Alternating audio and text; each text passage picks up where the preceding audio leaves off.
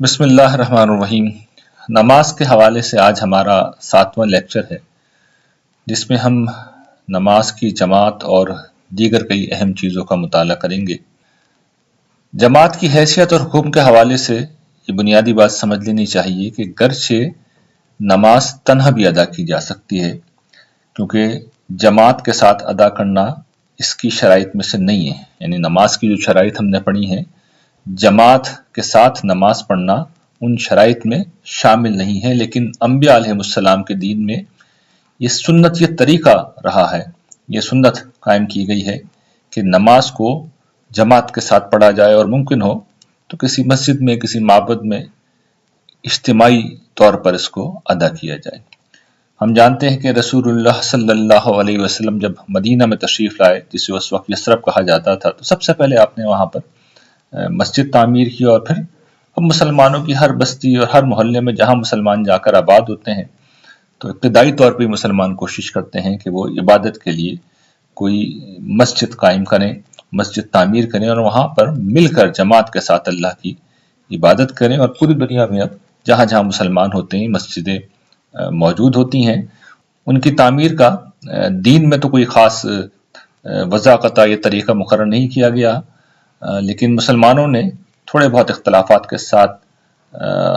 کم و بیشی سے متعین کر رکھا ہے۔ ایک خاص طرح کی مسجد بنتی ہے جس میں مینار ہوتا ہے، جس میں گنبد ہوتا ہے، جس میں صحن ہوتا ہے، لیکن جس طرح میں نے عرض کیا کہ دین نے اس حوالے سے کوئی شریعت نہیں دی ہے کہ مسجد اس طریقے سے یا اس پیٹرن کے اوپر تعمیر کی جائے۔ چنانچہ ہم دیکھتے ہیں جہاں یہ چیزیں ممکن نہیں ہوتی، وہاں پر بالکل ایک سادہ سی مسجد، ایک کمرے میں، ایک بلڈنگ کے اندر جہاں جگہ ملتی ہے، لوگ نماز کے لیے ایک مسجد، ایک جگہ بنا دیتے ہیں۔ جماعت کی حیثیت کو سمجھنے کے بعد، یعنی نماز کی جماعت کی حیثیت کو سمجھنے کے بعد اس کا حکم بھی سمجھ لیجئے۔ رسول اللہ صلی اللہ علیہ وسلم کی زندگی میں جب آپ خود امامت فرماتے تھے تو اس کے لیے جب اذان دی جاتی تھی تو اس زمانے میں سب لوگوں کے لیے مسجد میں حاضری ضروری تھی جن تک اذان کی آواز پہنچ جائے۔ اور جس زمانے میں مسلمانوں کی تطہیر کا عمل ہوا اور منافقین سے ان کو الگ کیا گیا، یعنی اپنے ایمان کا جب انہیں مطالبہ کیا گیا کہ وہ ثبوت دیں، تو اس کے لیے جو بنیادی معیار تھا، جو قرآن مجید میں بھی بیان ہوا ہے کہ وہ نمازی ہے، تو اس وقت تو یہ لازمی تھا کہ لوگ مسجد میں حاضر ہوں۔ چنانچہ جو روایات ہمیں ملتی ہیں ان کی تفصیل اس طرح ہے کہ ایک نابینا نے مسجد کی حاضری سے رخصت چاہی، تو آپ نے پہلے رخصت دے دی، پھر پوچھا کہ اذان سنتے ہو؟ اس نے اس بات میں جواب دیا تو فرمایا پہنچنا ہوگا۔ یعنی اگر کوئی شخص نابینا بھی ہے جس کے لیے ظاہر ہے کہ چلنا پھرنا مشکل کام ہے، تو اس کو بھی کہا گیا کہ سنتے ہو تو آنا ہوگا۔ نبی صلی اللہ علیہ وسلم نے اسی موقع پر تحدید فرمائی تھی کہ جو لوگ نماز میں نہیں پہنچتے، چاہتا ہوں کہ ان کے گھر جلا کر ان پر پھینک دوں۔ یعنی اتنی سخت آپ نے وعید کی تھی جو لوگ حاضر نہیں ہوتے جماعت کے لیے۔ حضرت ابن مسعود رضی اللہ عنہ کا بیان ہے کہ بیمار بھی اس زمانے میں 2 آدمیوں کا سہارا لے کر جماعت میں حاضر ہوتے تھے۔ یہ ساری چیزیں روایات میں بیان ہوئی ہیں، لیکن عمومی طور پر جماعت کا حکم ذرا مختلف ہے، اور ہمارے یہاں یہ بات معلوم ہے کہ کہیں بھی کوئی بھی اس کو فرض نہیں کہتا۔ تو یہ اصل میں پھر کیا چیز ہے؟ ایک فضیلت کی چیز ہے، اور بڑی فضیلت کی چیز ہے، اور جتنا ممکن ہو سکے اس فضیلت کو حاصل کرنا چاہیے۔ روایات میں یہ بات بیان ہوئی ہے کہ تنہا نماز پڑھنے سے جماعت کے ساتھ نماز پڑھنا 27 درجے افضل ہے۔ پھر فرمایا اگر لوگ جانتے کہ اذان کے وقت پہنچنے اور پہلی صف میں کھڑے ہونے کا کیا اجر ہے، پھر اس کے لیے قرعہ ڈالنے کے سوا کوئی وجہ ترجیح نہ پاتے تو یہی کرتے۔ یعنی لوگ اگر یہ سمجھ لیں کہ اذان کے وقت اگر ہم پہنچ گئے اور ساتھ میں پہلی صف میں ظاہر ہے کہ پہلے پہنچیں گے تو وہاں جگہ ملے گی، لیکن زیادہ لوگ پہنچ جائیں گے تو پھر کیا ہوگا؟ ظاہر ہے کہ قرعہ ڈالا جائے گا۔ تو پھر لوگ یہی کرتے ہیں، یعنی قرعہ ڈالتے ہیں۔ اور اگر جانتے کہ ظہر کی نماز کی جماعت کے لیے سبقت کرنے میں کیا اجر ہے تو اس کے لیے ایک دوسرے سے سبقت کرتے، اور اگر جانتے کہ فجر اور عشاء کے لیے حاضر ہونے میں کیا اجر ہے تو اس کے لیے گھسٹ کر بھی پہنچنا پڑتا تو پہنچتے۔ ایک اور روایت میں فرمایا جس نے عشاء کی نماز جماعت کے ساتھ پڑھی اس نے گویا آدھی رات قیام کیا، اور جس نے صبح کی نماز جماعت کے ساتھ پڑھی اس نے گویا پوری رات قیام میں گزاری۔ یہ خاص طور پہ ان 2 نمازوں کا اس لیے ذکر کیا کہ زمانہ قدیم میں اور فجر کی حد تک تو آج بھی یہ سونے کا وقت ہوتا ہے، تو ظاہر ہے کہ ان نمازوں کے لیے مسجد میں آنا اپنے آپ کو بڑی مشقت میں ڈالنے کے مترادف تھا۔ اور ظہر کا پیچھے جو ذکر ہوا ہے تو عرب کے صحرا میں چونکہ گرمی ہوتی تھی تو اس وقت آنا ایک مشکل کام تھا، تو حضور نے اس پہلو سے توجہ دلائی۔ ہر نماز کے معاملے میں ہی اصل فضیلت تو اوپر بیان ہو گئی ہے کہ 27 درجے افضل ہے، لیکن بعض نمازوں کی خصوصی فضیلت بیان کی گئی ہے۔ البتہ خواتین کو اس سے حضور نے استثناء دیا ہے۔ آپ نے فرمایا کہ اپنی عورتوں کو مسجدوں میں آنے سے نہ روکیں، یعنی مسجدوں میں وہ آ سکتی ہیں، لیکن ان پر یہ واضح رہنا چاہیے کہ ان کے گھر اس مقصد کے لیے زیادہ موزوں۔ یہ بات ہے جو عورتوں کے حوالے سے آپ نے فرمائی۔ ہمارے یہاں تو خیر ممنوع ہی کر دیا گیا ہے، تو یہ بات واضح رہے کہ ممنوع بالکل نہیں ہے۔ حضور نے توجہ دلائی یہاں پہ کہ اپنی عورتوں کو مسجدوں میں آنے سے نہ روکے، اور خاص طور پر موجودہ دور میں جب ہم یہ دیکھتے ہیں کہ خواتین اپنے کاموں کے لیے یا بعض اوقات جاب کے لیے بھی گھروں سے نکلتی ہیں اور بعض اوقات وہ راستے میں ہوتی ہیں، ایسے میں ہم دیکھتے ہیں کہ نماز کا وقت آ جاتا ہے، لیکن ہمارے ہاں تو مساجد میں تصور ہی نہیں ہے کہ عورتوں کو داخلے کی اجازت ہو، نہ ان کے لیے کوئی جگہ بنائی جاتی ہے۔ حالانکہ اب تو بآسانی سیپریشن ہو سکتی ہے، لیکن ہمارے یہاں کوئی اس کا اہتمام نہیں ہوتا، تو اس پر میں خاص طور پر توجہ دلا رہا ہوں کہ اہتمام ہونا چاہیے۔ خواتین کے لیے مسجدوں میں داخلہ بند نہیں ہونا چاہیے، کیونکہ حضور نے بتا دیا ہے کہ مسجدوں میں آنے سے نہ روکو، لیکن چونکہ خواتین کو ان کے بہت سے عذر بھی ہوتے ہیں اور ان کی ظاہر بات ہے کہ جو ایکٹیویٹی کا میدان ہے وہ اکثر حالات میں گھر ہی رہتا ہے، تو اس پس منظر میں ان کو یہ رعایت دی گئی ہے کہ وہ گھر میں ہی نماز پڑھیں، اور جب وہ پڑھیں گی تو پھر وہاں پر ان کو وہی اجر ملے گا جو مردوں کو مسجد میں ملتا ہے۔ قیام جماعت کی جو شریعت ہے اس میں جو چیزیں ہمیں بتائی گئی ہیں ان میں سے پہلی چیز اذان ہے، یعنی نماز سے پہلے اذان دی جائے گی تاکہ لوگ اسے سن کر جماعت میں شامل ہو سکیں۔ رسول اللہ صلی اللہ علیہ وسلم نے اس کے کچھ کلمات مقرر فرمائے ہیں جو اس طرح ہیں: اللہ اکبر، اشہد ان لا الہ الا اللہ، اشہد ان محمد رسول اللہ، حی علی الصلاۃ، حی علی الفلاح، اللہ اکبر، لا الہ الا اللہ۔ یہ وہی کلمات ہیں جو ہم اذان میں سنتے ہیں۔ ترجمہ بھی سب کو معلوم ہے، اللہ اکبر یعنی اللہ سب سے بڑا ہے، میں گواہی دیتا ہوں کہ اللہ کے سوا کوئی معبود نہیں، میں گواہی دیتا ہوں کہ محمد اللہ کے رسول ہیں، نماز کی طرف آؤ، فلاح کی طرف آؤ، اللہ سب سے بڑا ہے، اللہ کے سوا کوئی معبود نہیں۔ پھر ایک اور ضابطہ یہ ہے کہ ایک ہی مقتدی ہو تو وہ امام کے دائیں جانب اس کے ساتھ کھڑا ہوگا،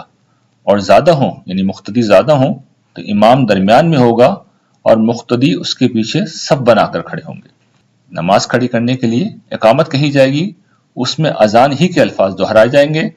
اتنا فرق البتہ ہوگا کہ حی علی الفلاح کے بعد اقامت کہنے والا قد قامت الصلاۃ یعنی نماز کھڑی ہو گئی کے الفاظ بھی کہے گا۔ پھر ایک اور چیز کہ اذان و اقامت میں چونکہ لوگوں کو بلانا اور خبر دینا پیش نظر ہے کہ اذان کے ساتھ نماز کا وقت ہو گیا ہے، اور اقامت کے ساتھ ہی مطلب یہ ہے کہ اب جماعت کھڑی ہو رہی ہے، تو پھر لوگوں کو چونکہ متوجہ کرنا ہے تو اس مقصد کے لیے ایک سے زیادہ مرتبہ یہ الفاظ دہرائے جائیں گے۔ روایات میں اس کی پھر پوری تفصیل آ گئی ہے۔ جو اذان کا طریقہ روایات میں بیان ہوا اصل میں خواب تھا، جو روایتوں میں آتا ہے کہ مختلف صحابہ نے دیکھا اور پھر جس کے مطابق ہی لوگوں کو سکھایا رسول اللہ صلی اللہ علیہ وسلم نے، تو اس میں جو الفاظ بیان ہوئے روایتوں میں وہ اذان کے اس طرح ہیں: اللہ اکبر، اللہ اکبر، اللہ اکبر، اللہ اکبر، اشہد ان لا الہ الا اللہ، اشہد ان لا الہ الا اللہ، اشہد ان محمد رسول اللہ، اشہد ان محمد رسول اللہ، حی علی الصلاۃ، حی علی الصلاۃ، حی علی الفلاح، حی علی الفلاح، اللہ اکبر، اللہ اکبر، لا الہ الا اللہ۔ یہ وہ الفاظ ہیں جو ہم سب جانتے ہیں، اور رسول اللہ صلی اللہ علیہ وسلم کے زمانے میں یہی طریقہ اختیار کیا گیا تھا، یعنی الفاظ دو دفعہ دہرائے جاتے تھے۔ ایک صحابی ابو معذرہ سے یہ بات مروی ہے کہ حضور نے جب ان کو اذان سکھائی تو اس موقع پر یہی الفاظ تھے، لیکن اس میں اشہد ان لا الہ الا اللہ اور اشہد ان محمد رسول اللہ کے جو الفاظ ہیں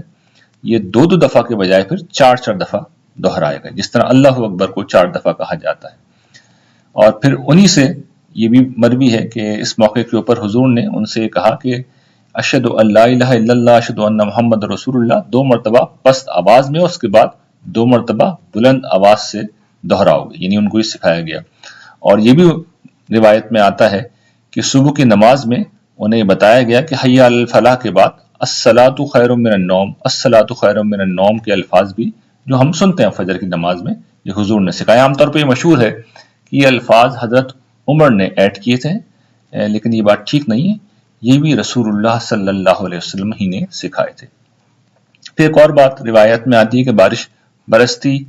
یا سردی زیادہ ہوتی تو رات کی نماز کے لیے نبی صلی اللہ علیہ وسلم اپنے مؤذن سے اعلان کرا دیتے تھے کہ کیا کہو، الا صلوا فی الرحال، مطلب یہ کہ لوگوں اپنے گھروں ہی میں نماز پڑھ لو۔ حضرت بلال کے متعلق آتا ہے کہ وہ آواز بلند کرنے اور اسے ہر طرف پہنچانے کے لیے اپنی انگلیاں کانوں میں رکھتے اور چہرہ دائیں اور بائیں پھیرتے تھے تاکہ آواز زیادہ سے زیادہ بلند ہو اور دائیں بائیں جو بھی لوگ موجود ہیں سب تک آواز پہنچ جائے۔ عثمان بن ابی العاص سے مروی ہے، فرماتے ہیں کہ میں نے نبی صلی اللہ علیہ وسلم سے امامت کی اجازت چاہی تو آپ نے فرمایا مؤذن کسی ایسے شخص کو مقرر کرنا جو اذان دینے کی اجرت نہ لے۔ پھر رسول اللہ صلی اللہ علیہ وسلم نے یہ بھی سکھایا کہ اذان کا جواب دینا چاہیے، اور اس کا طریقہ یہ ہے کہ اذان کے جواب میں مؤذن ہی کے کلمات دہرائے جائیں، اور پھر حضور نے اپنے اوپر رحمت بھیجنے کی تلقین کی اور فرمایا کہ اس کے بعد میرے لیے مقام تقرب کی دعا کرو، اس لیے کہ جنت میں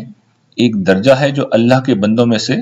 ایک ہی بندے کے لیے خاص کیا گیا ہے، اور مجھے امید ہے کہ وہ میں ہوں گا، سو جس نے یہ دعا کی وہ میری شفاعت کا مستحق ہوگا۔ ظاہر ہے کہ ایک شخص جب حضور کے لیے دعا کرے گا تو وہ اپنے ایمان کا اظہار کر رہا ہے، حضور پر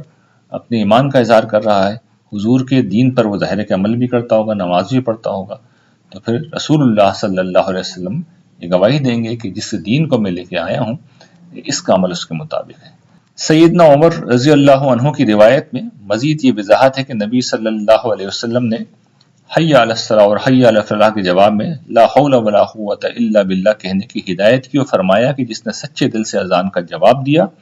اس کے لیے جنت کی بشارت ہے، بہت بڑی خوشخبری ہے۔ پھر اذان کے بعد جس دعا کا اوپر ذکر ہوا ہے وہ دعا اس طریقے سے ہے مقام تقرب والی،